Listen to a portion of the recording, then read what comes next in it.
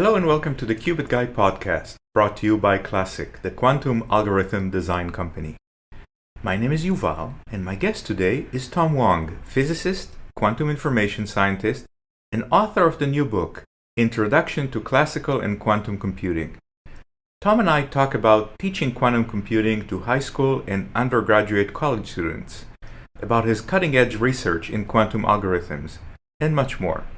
We hope you enjoyed this episode. Please let us know how we did by emailing hello@classiq.io.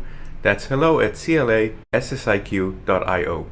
Hello, Tom, and thanks for joining me today. Hello, thank you for having me. So who are you and what do you do? So I am a physics professor at Creighton University in Omaha, Nebraska, and I primarily work with undergrads doing quantum computing research and teaching quantum computing. And you have a new book that I think, as I saw today, is number one on the Amazon list for quantum computing books? It's number one for new releases. Obviously, it's not going to be number one compared to all of the seminal titans in our field. But yeah, I do have a new textbook that's based on a class that I've been teaching at Creighton to undergrads. That's an introductory quantum computing course. And the interesting thing about this is that the only prerequisite is trigonometry. And so, a lot of the educational materials that exist with quantum computing and textbooks, they're more targeted for a graduate level student. But this is made really for, freshman, sophomore level students in undergrad, and maybe even high school students that are more advanced. So I downloaded a copy and I read most of it, and I think it's lovely. I do hope I know most of it, although I haven't taken any of your exams quite yet. How early do you think this can be taught? I mean, would you teach it to ninth graders? Would you teach it to 11th graders? I mean, where would you recommend people start to get into quantum? So I guess there's kind of two questions with that. One is at what level could I teach the material in my textbook? And the other question is, at what level could you teach quantum information science more broadly? So with my textbook, I mentioned that the prerequisite is trigonometry. So basically, once students are familiar with the unit circle, they could tackle the material in my textbook. Because my book does cover the more advanced math that they'll need. So it covers linear algebra and reviews complex numbers and things like that. Maybe I should mention for the listeners that I actually made this textbook free, that there's a free PDF of it on my website at thomaswong.net. And then for people who want a more affordable print copy, I just upload it to Amazon so you can buy a cheap print copy as well. But again, for the PDF, it's just free on my website, so anyone can download it. So yeah, with that, there's plenty of high schoolers who take trigonometry who could then learn quantum computing. Beyond my textbook, I think the basic ideas of quantum information actually can be taught without all the mathematics, even to kids. And I think there are actually pushes to do this. So, for example, there's this initiative in the U.S. called the Q12 Educational Partnership. I think the website is q12education.org or something like that. And it's basically people recognizing that there's a need to have a future quantum workforce.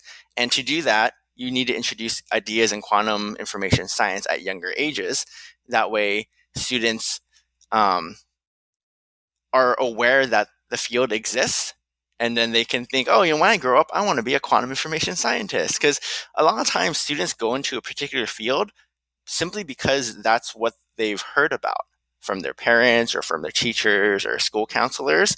And if quantum computing is not on people's radars, they won't know that these jobs even exist. So you've been teaching this for a number of years now. So what's the most difficult concept for your students to grasp? Oh, that's a really tough question, I think. I don't want to say that there's no tough concept to grasp, because then it sounds like I'm bragging or something. But I think some of it depends on the type of course that you teach.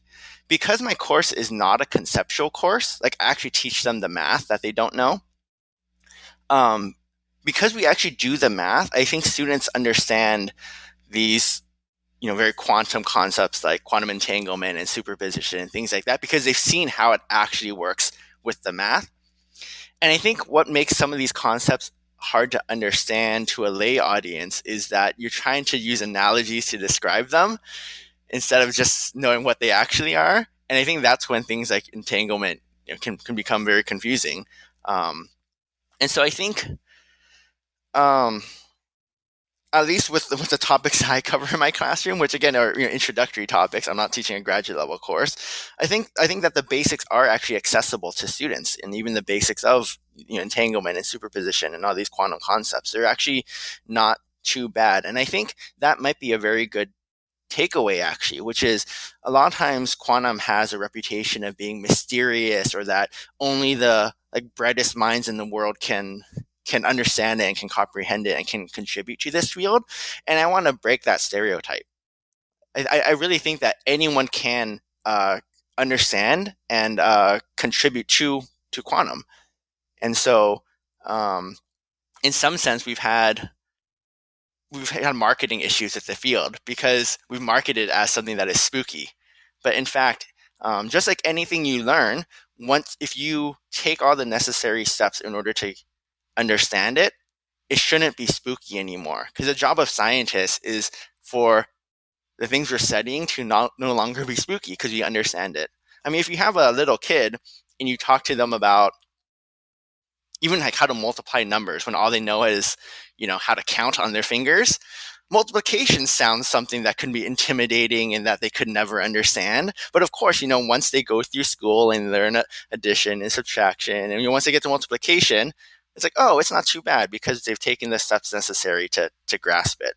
And so I think we need to convey that about quantum computing, that maybe for where you currently are, it is a little bit of a reach, but you just need a couple of steps filled in, and then it's something that can be grasped. So let's make a sharp turn and actually go to sort of modern day and some of the more advanced things that you're working on outside the book. And then I do want to come back to the book. So, people are familiar with the uh, famous quantum computing algorithms, Shor's and Grover's and Deutsch-Sosa and so on. Why are they so few? I mean, wouldn't you expect that by now there'd be 30 or 50 major quantum algorithms? hmm I think a big reason is actually that we don't have big enough quantum computers for people to play around with and to try. And what I mean by that is if you look at the evolution of classical computing, back when classical computers were first being invented, there were certain problems that people had in mind for what they would do with these classical computers. And because of that, I think there's some famous statement by a CEO at the time who said that the world market for computers is 5, because those were the only, they had such a limited set of problems in mind for what classical computers could do. But once computers became available to everyone and more people could be involved, um, people started coming up with all sorts of uses, such as this, podcast that we're recording over the internet, um, or even a lot of classical machine learning. Like a lot of it, like the reason why we use machine learning is because it just works. Like people have tried it and it works, and there's not necessarily the most rigorous theoretical underpinning for why machine learning is so successful. I mean, there's some like general uh, like senses for why, but in terms of the rigorous mathematical computer science type proof, like that doesn't even exist with classical machine learning. And so I think in the same way with quantum computing, yeah, we have those handful of kind of big problems that we could solve with quantum computers, but really I think most of the applications won't be discovered until the quantum computers are more available for people to play with, and you just try something and see if it works. And then later on, the mathematicians and theoretical computer scientists can fill in the theoretical understanding for why it works. So, what are you working on? What kind of algorithms are you investigating? So I work primarily with quantum algorithms that are based on the quantum versions of random walks. So random walk is just when something hops around randomly, and it turns out that this process is very useful for classical algorithms. And in the same way, it turns out to be a very useful way to design quantum algorithms.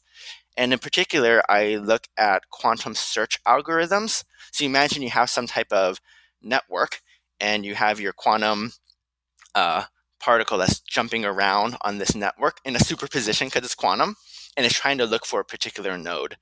And it turns out that depending on the structure of that network, a quantum computer might be able to search quickly or slowly. And so I've investigated a lot about what different properties of the network might be important for a quantum computer to search quickly.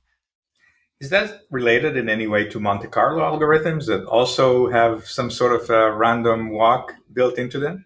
It is related, yeah. You can think of a quantum walk as being like a quantum version of a Monte Carlo algorithm or like a Markov chain.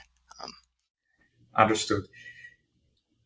So when I look at the book and you explain these algorithms, well, here's how I build an oracle for a few qubits, and here's how I do this, and so on.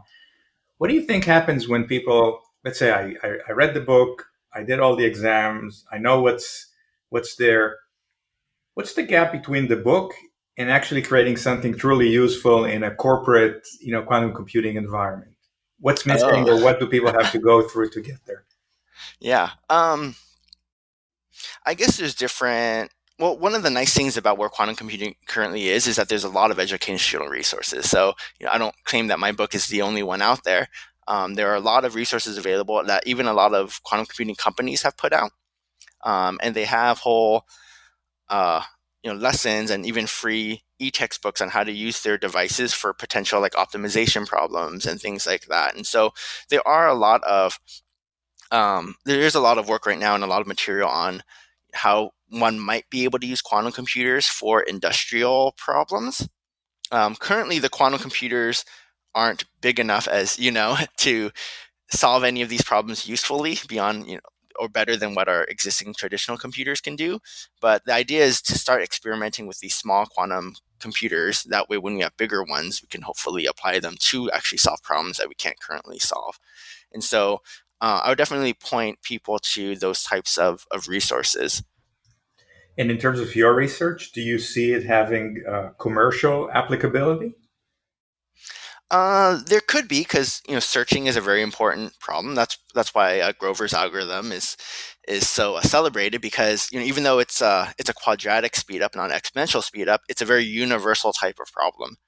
And so you can almost think of my research as looking a little bit more into the details of Grover's algorithm, like what happens if your data is not is structured in a way where you can't just jump from one piece of data, one node, to another node directly, where it's arranged in some type of structure.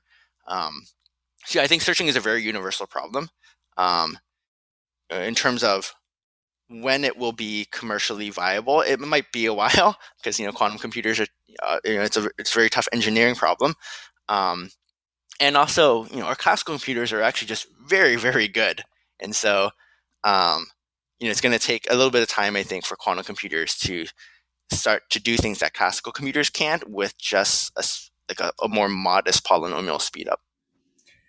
So, with apologies to the random walk in my questions, let's go back to the book and some of the basic concepts. Yeah. Um, I think that when people learn about entanglement, they get sort of the value in terms of quantum communications or key distribution, and if I change one, then the other changes, so you would know, and so on and so on. Mm-hmm. How would you explain to someone the value of entanglement in the computing realm of Mm-hmm. quantum? Yeah. So in our book, we talk about what entanglement is, um, which is basically a state um, where the how should I describe this? It's like so if so a entangled state is a state where all your qubits are entangled or mixed together in some way, right? Where if you measure one qubit, it affects the other qubits, which is the opposite of a state where that is not true, which is called a product state. So in a product state, your qubits can be thought as being individual qubits where you can interact with one qubit without affecting the other qubits. So if there's no entanglement, meaning you have a product state, um, you can actually simulate a product state you efficiently using classical computers. And it's because I'm guessing this is a more advanced audience for your podcast, so people might know a little bit about quantum computing. It's because the number of amplitudes that you have to keep track of for a product state actually grows linearly with the number of qubits as opposed to exponentially. And so because of that, a classical computer can store the entire quantum state for a product state efficiently, and it can uh, act on it efficiently as well. So basically, if there's no entanglement, a quantum computer is only as good as a classical computer in that regard, because a classical computer can do everything that that quantum computer can do. So if you want a speed up, you need to use entanglement, essentially. So I think that is, the big motivation for why it's important in computation. You basically need it if you want to do anything better than a classical computer. As you look at quantum applications today and going back to the commercial use, um, obviously there's a lot of hype and fear around Shore with regards to, oh, I'm going to break the world's financial system, but that's still a few years away. When you talk to industry colleagues, what is the algorithm or class of algorithms that they use more than others in their work? Hmm. I think it's going to depend a lot on the industry, of course. Um, if you're talking about uh, problems that are more around quantum simulation, quantum chemistry, things like that, then it's basically trying to find ground states. So that's a very general thing. And in a lot of other industries, it's basically solving differential equations. And in finance, that's true. For different financial models, things like that. Um, in other industries, it's how to optimize things, how to optimize your like flight schedules, things like that. So I think there's a lot of variation actually depending on the industry, which also makes it very interesting. That's like asking with a traditional computer, what are classical computers used most often for? It's like everything. So yeah, I don't know if I can give you one specific area. That's fantastic. So, Tom, how can people get in touch with you to learn more about you and your work in the book? So my website, thomaswong.net, is the best place where you can see all my research papers. You can get a link to download my free textbook. And at the bottom, there's also my contact information on my website. That's perfect. Thanks so much for joining me today. You're welcome. Thank you for having me.